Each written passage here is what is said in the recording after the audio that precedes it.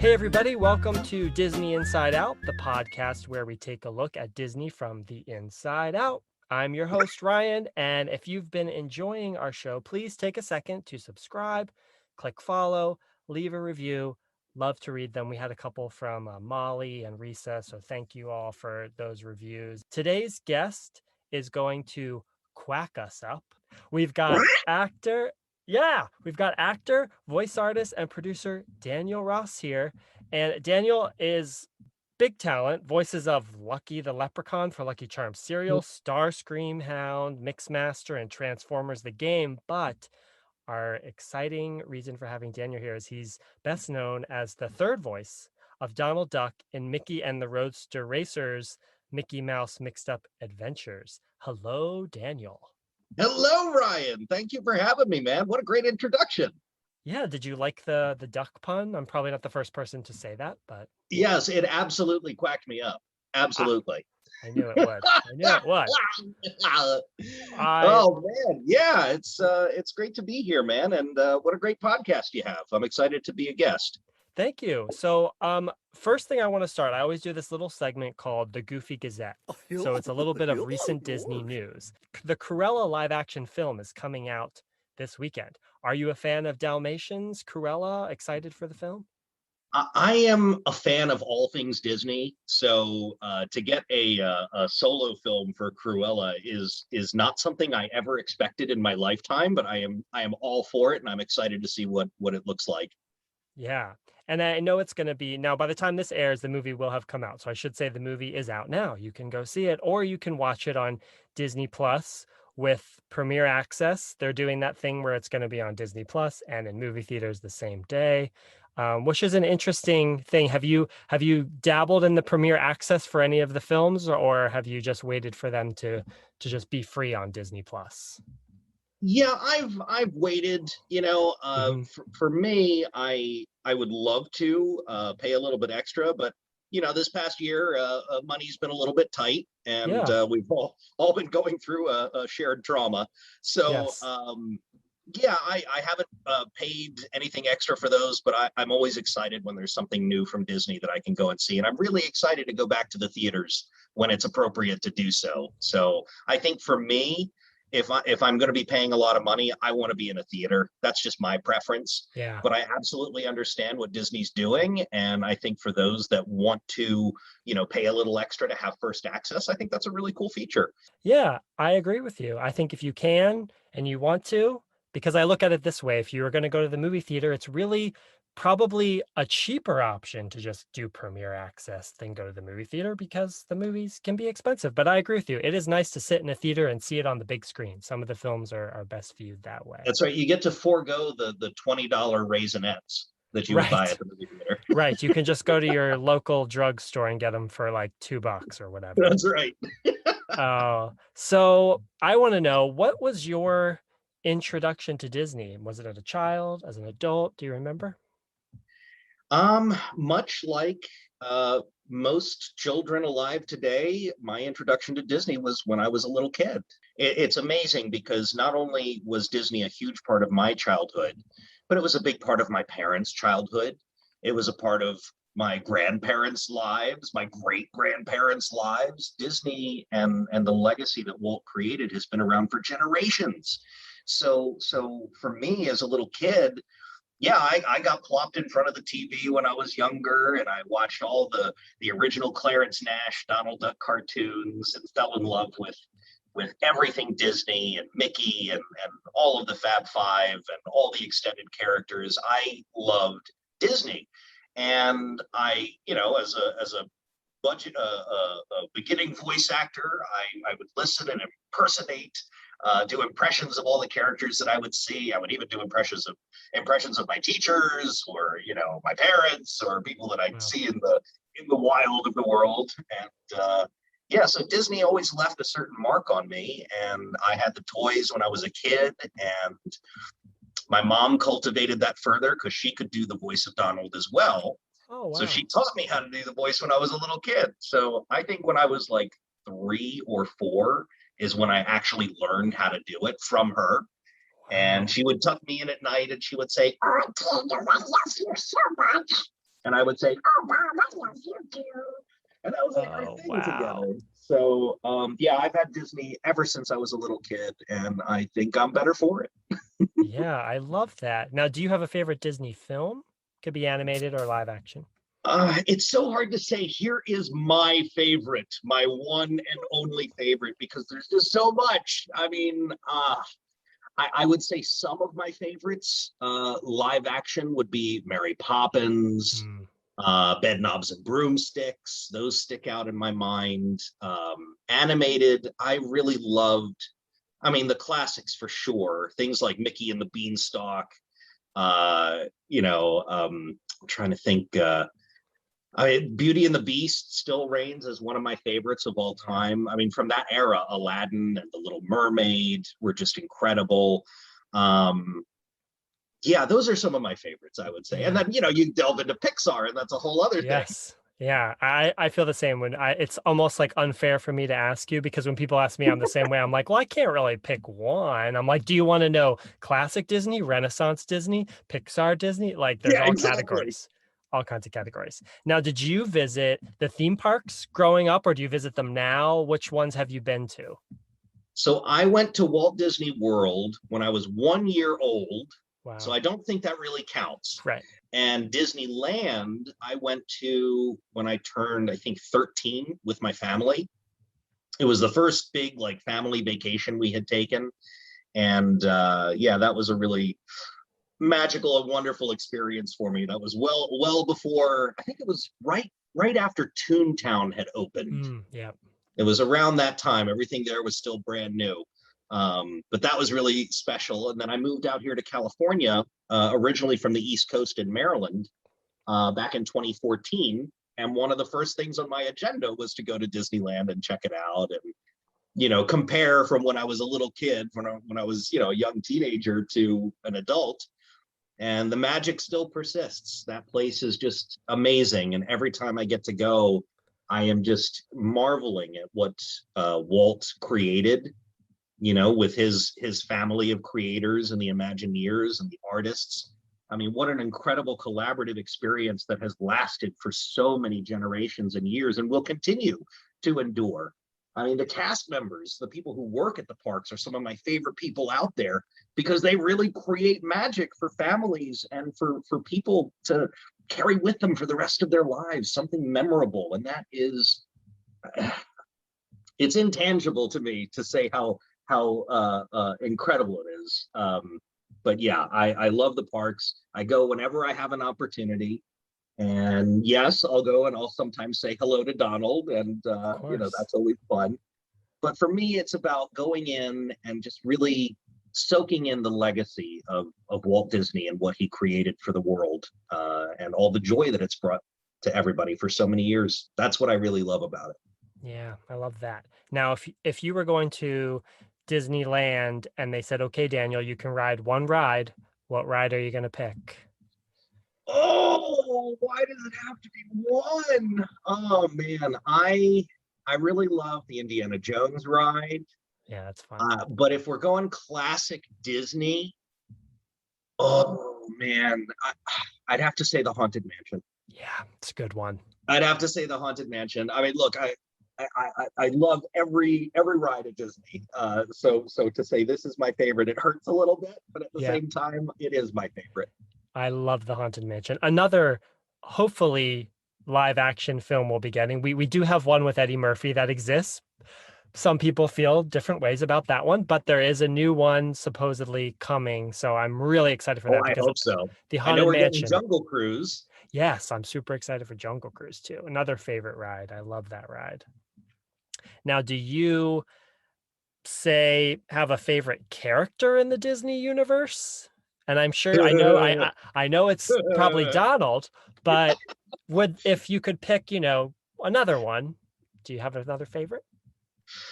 I mean, I got to give all props to Donald. He was my first and my only love when I was a kid growing up. But I mean, gosh, from the bevy of Disney characters that are out there. I love the Mad Hatter because I'm a Oh, fan of Ed Wynn, and the Mad Hatter, of course, sounded like this because that's what Ed Wynn sounded like. amazing. Amazing. um, I tend to like the characters that I can impersonate. So, like Pain from Hercules, who's Oh, Bobcat Goldthwait. yeah, Oh, yeah, man, that's like one of my favorite characters. You know what I'm saying? I love that. Yeah, oh man, I'm trying to think of the others. I mean, the Fab Five, I they're part of my childhood. I love them. I know they're so great. It's okay if you can't name another one, it's okay. Just thought I'd ask. I mean, let's go villains. Ursula, one of my favorite Disney villains. Total, yeah. Absolutely. Gosh, I'm trying to think if there's anybody else in there. I mean, good old Captain Hook, Maleficent. I could just name characters and I'd say those are my favorites. Right. Same, same, same. All right. So, tell us a little bit about Mickey Mouse Roadsters, which then became Mickey Mouse Mixed Up Adventures, right? Is that it was Mickey Mouse Roadsters and then it changed the title, correct? They changed that title a couple of times. So first it Okay. was Mickey and the Roadster Racers. Then it changed Right. to Mickey Mouse Roadster Racers. Okay. And then they changed to Mickey Mouse Mixed Up Adventures. So I think the idea was that they were going to do a different show. That was the next show that was going to proceed, but I think they wanted to keep it insular and do something different. So there's more stuff coming after that. But I did the Disney Junior dance party on tour that toured all over the world. I was in Chippendale's Nutty Tales, mixed up Hot Diggity Dog Tales, so many other things, and some things I can't talk about just yet. Ooh. But yeah, that was the beginning for me, Mickey and the Roadster Racers, almost 6 years ago. Wow. And for those who have not seen it, it is computer animated for children on it's produced by Disney Television Animation. It's on Disney Junior. Very, Correct. very cute show. And like you said, it's had a couple of reiterations. I'm assuming changing the titles because it opens up for more adventures, not limited to racing. So it could be anything. Exactly. Exactly. I So mean, the reasoning for the title change is way above my pay grade, but exactly. You just still, show I up and think do it works. Donald. Yeah. Yeah, exactly. Now, how did you land with Donald? Like, how did the audition come out? Like, tell us sort of how you got into that. Sure, sure. So as I mentioned, I moved to Los Angeles in 2014, and I, had an agent at the time, and she contacted me and said, "Hey, you do the Donald Duck voice, right?" And I'm like, "What? What's the deal?" And she says, "Okay, great." So she sends me an audition, and I'm looking at this audition, and I'm like, "No way! Like, no way!" Like, first of all, a legacy character, as we call them in the business, a character that has been handed down from generation to generation, sometimes from person to person. Those are very rare to come by as an audition. You just don't see them very often. So my first thought was, oh my gosh, I hope Tony Anselmo's okay, because he's been the voice for 30 years.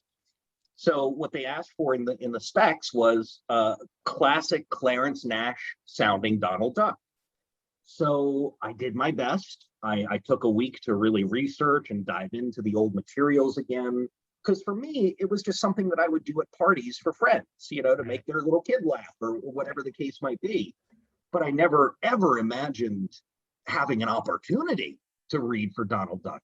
I figured, because I can do buckle speech, which is what the Donald Duck sound is called, Okay. I could bark like a pug.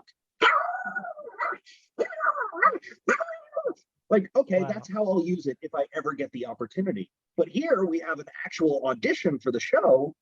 And so I was like, I got to do the best I can. All right, let's get it done. So I put it in, I did my audition. Was probably about a month later, I got a call back, and I was shocked because me, little green voice actor, is going crazy because Disney wanted me to read again. Disney wanted Disney. me to read again. So I was so excited just on that premise alone, let alone the fact that it was Donald Duck. And I'm thinking to myself, there's probably thousands of people who have auditioned for this. Okay, let's do what we got to do. So I continued to do my research, continued to brush up, and I did my audition. And it was a fun audition, and they had me say a bunch of different things. They were like, Daniel, say ridiculous. Ridiculous. Okay, now say this. Now say this. And I said, hey guys, can I offer a suggestion? And they said, yeah, sure, go ahead. And I said, well, what about supercalifragilisticexpialidocious? Oh my God. And they They're all like hired. were like, what? And in the back of my mind, I'm like, no way, no way. No, no, okay. Just continue to do your best. Right. We'll get through it. I got another call back not long after that, and they said there's an extra sound that's coming out that we need you to deal with. And it was true. In front of the microphone, which you hear everything, you hear your stomach growling, you hear any Right. clicks or pops in your mouth or whatever. There was an extra like there was like an exhalation that was Right. coming out, and it was impeding the sound. So I had to work on that. And so I, closed my nostrils. I would pull on my ears. I'd pull on my Wow. cheeks. I would even pop little rock salt crystals to change the alkalinity of my mouth to see if that would make any difference. And eventually I figured it out, went to my callback. Then there was another call back. I had to sing. And then I got the call that I got the job. And my life was immediately changed for the better. Yeah. It was just such an incredible experience. Again, first and foremost, being a new voice actor to Los Angeles, getting his first really big job with a major company that has such incredible social implications to the fabric of our society. Everybody knows Donald Duck. Everybody in the world knows Donald Duck. Yeah. So that was really incredible for me, and I'm forever grateful, as I say, to be borrowing the keys to the cabin cruiser for as long as Disney lets me. Yeah. Oh, I love that story. Yeah, it's a classic example of like a favorite phrase in the entertainment business. It's like business, it's luck meets preparation. You had been preparing to be Donald since you were little with your mom, and then you just happened to get that audition. And it's like, doesn't matter what you've done, this is it for you. So That's yeah, exactly right. it's And point of so great. fact, when I booked Lucky the Leprechaun, I immediately said I got lucky because I did. You did. You got Lucky the Leprechaun.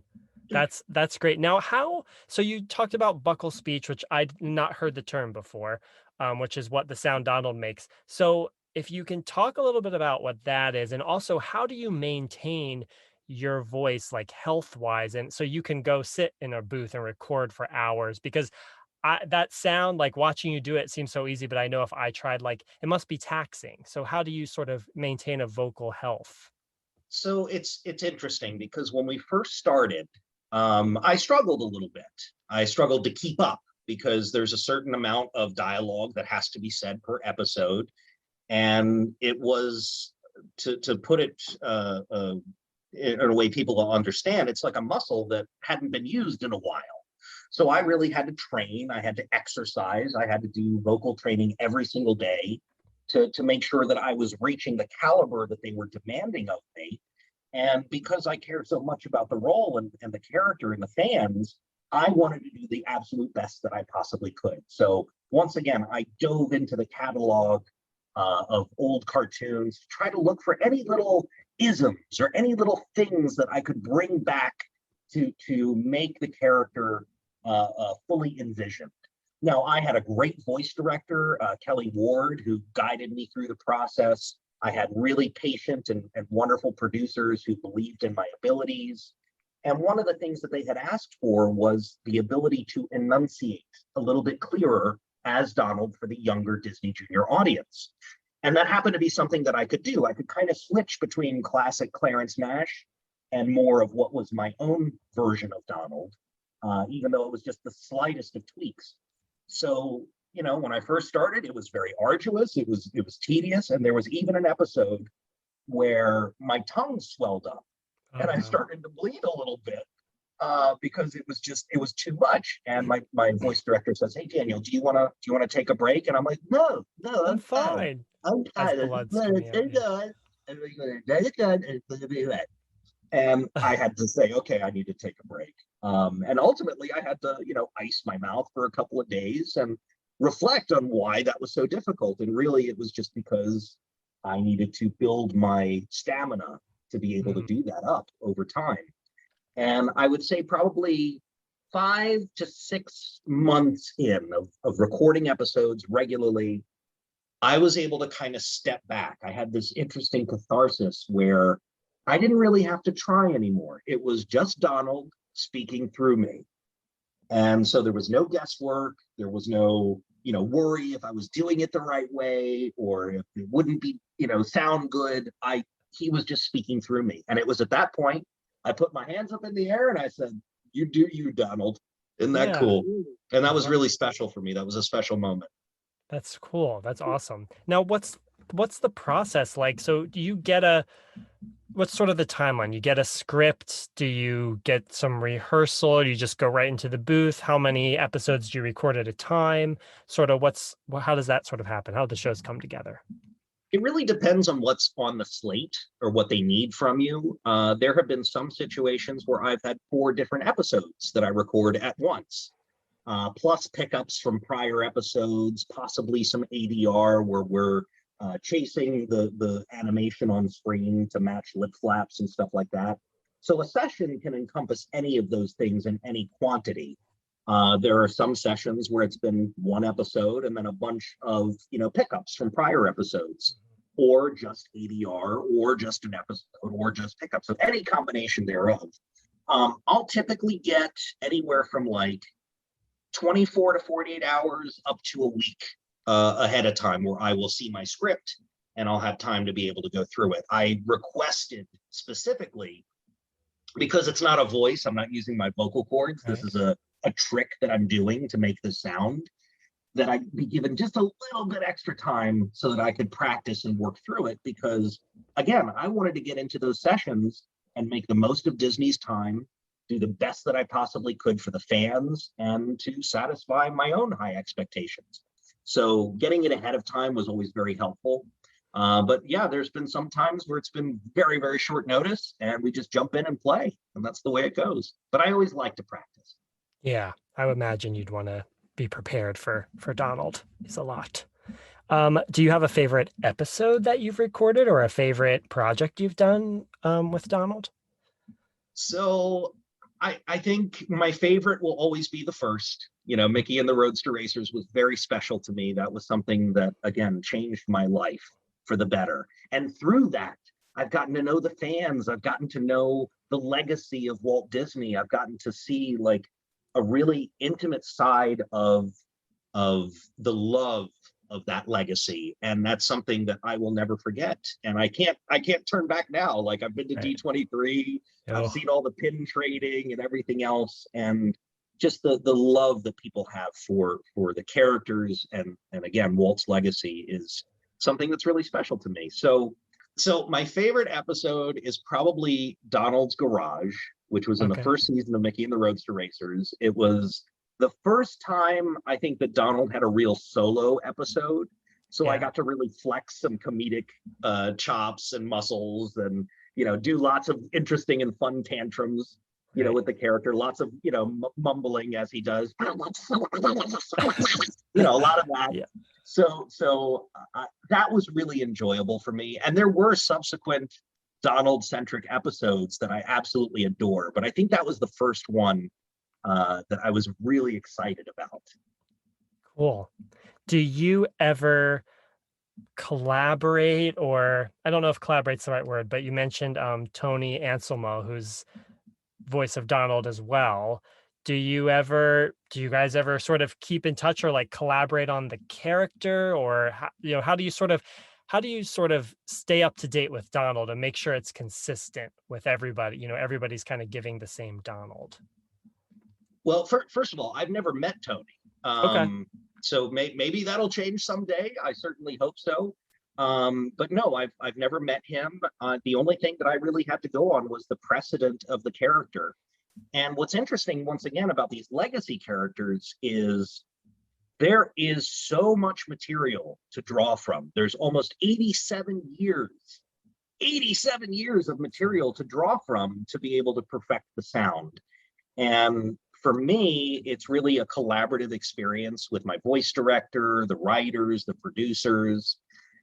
Every generation is going to have a different take with the characters in terms of the writing and their stories, but the essence of the character is always going to be the same. And I think my teachers beforehand, both Clarence and Tony, did a great job showing me the way through their finished work. So that's how we've been able to keep it consistent, and how we've been able to make it very subtly our own. And I'm really proud of that work. So can you tell us, are there other like games or shows or things where you've done Donald where we might hear you besides the Mickey Mouse TV series we were talking about? Yeah. There's been lots of different shorts. I think I mentioned like Chippendales Nutty Tales, Yes. uh, Mickey Mouse Hot Diggity Dog Tales. There's other things too. I did the Disney Junior Dance Party that went on tour around the world. Things like Leapfrog, for kids. There's Right. like audio books. There's mobile games, things of that nature. To be honest, there's so many things it's hard for me to keep track of sometimes. Right. But that's the bulk of what I've done thus far with the character. And there's some more stuff I can't talk about just yet. Secrets coming. Fruit cuts. Yes. Now, here's some facts I found about Donald Duck. Do you know what Donald's middle name is? Fauntleroy. Yes. Yes. Leroy. Are you a fan of DuckTales and Treasure of the Lost Lamp? Oh, Have you absolutely. I love that Absolutely. movie. I loved anything having to do with DuckTales back in the day. Because, Donald Duck was one of my favorites. Right. And then I got to, really love the rendition of the nephews and Uncle Scrooge and the relationships that were behind that. I thought that was Yeah. something that really stood out to me. Now, here's another thing that I read. So there's a sports team that uses Donald Duck, but it's not officially Donald Duck as their mascot, which I'd seen before, but I never really thought about it. And Disney and the team both came out and said, "Hey, this is not Donald Duck. It just kind of looks like Donald Duck, and it really does look like Donald Duck." That's Um, right. That's have you the Oregon Ducks. yeah, Oregon fighting ducks, and I look at it and I'm like, I mean, it looks like Donald Duck, but I get where they're like, it's not, so we don't have to, comply with, the Disney, but it's fascinating to me that it's like it's so close that I'm surprised we not just, Disney's like, let's partner and Donald Duck will be your official mascot, but I'm surprised he's not the mascot of more. More Donald is what I say. more Donald. All right. Well, I want to give you a little time just to sort of tell us like where we can find you on social media, on the internet, where we can follow you. Tell us about anything you have coming up, even non-Disney related, just so we can get a glimpse of your other work and hear your amazing voice in other projects too. Yeah, thank you, Ryan. Well, first of all, if you are interested in following me on social media, I've made it very easy for you. You can find me using the handle actor Daniel Ross So across easy. all social media. Please do find me on TikTok. I've got a fun TikTok that I keep updated. Instagram, Twitter, all the good ones.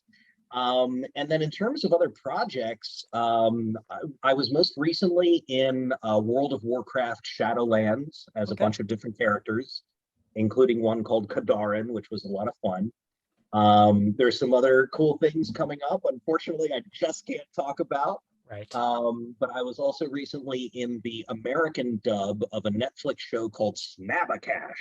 Oh, Uh, I play a bad guy in that one, which was a lot of fun. Always fun to play bad guys. yeah. Um, but yeah, so that's kind of what I've been working on some production of other films that I'm interested in. I produced a film during the quarantine last year called The Distanced, which is available for free to view on YouTube if you're interested. Um, so yeah, that's kind of what I've been working on. And meanwhile, it's just back to the grind, back to auditions, and excited for the next adventure, whatever that may be. The next adventure with Donald. I know there's lots of things coming up. I saw some things coming with him. I know you can't talk about it, but I'll be on the lookout and be sure to Yes. follow up with you and Donald and see. Yes, thank you, Donald. Well, Daniel, I appreciate your time and coming on here and telling us your story of being Donald. You are very, very talented. Amazing that you can do that voice and grow up because it's a true talent. And I think all the fans really appreciate your dedication, because just hearing you talk about it is very inspiring. The fact that you go in there and you're like, I got to get it right for the fans. It's not even about you, it's about the fans. And I respect that because, the Disney community, we do hold fast to these characters. And it's like, if something's not right, you know, the fans are like, hey, and I know that everybody loves your work as Donald. So, Thank um, you very much. Just as a button, I will say my job as Donald is not really to make him my own. It's just to continue keeping Donald the way he is and the way yes. people love him. So I appreciate the support of the fans. This has been a dream come true and such an incredible journey for me. And I just hope that it makes people smile and makes the world just a little bit of a better place. You definitely have, and you definitely will continue to keep doing so. I just know it. So thank you for sharing the stories, and thank you for being here. Thank you, everybody, for listening. Give us a rating, send us an email at DisneyInsideOutPodcast@gmail.com. Follow us on Instagram at Disney Inside Out Podcast, and follow Daniel on social media. I'll be posting and sharing things about Daniel as well too. And we'll see you real soon, everybody. Bye, everybody.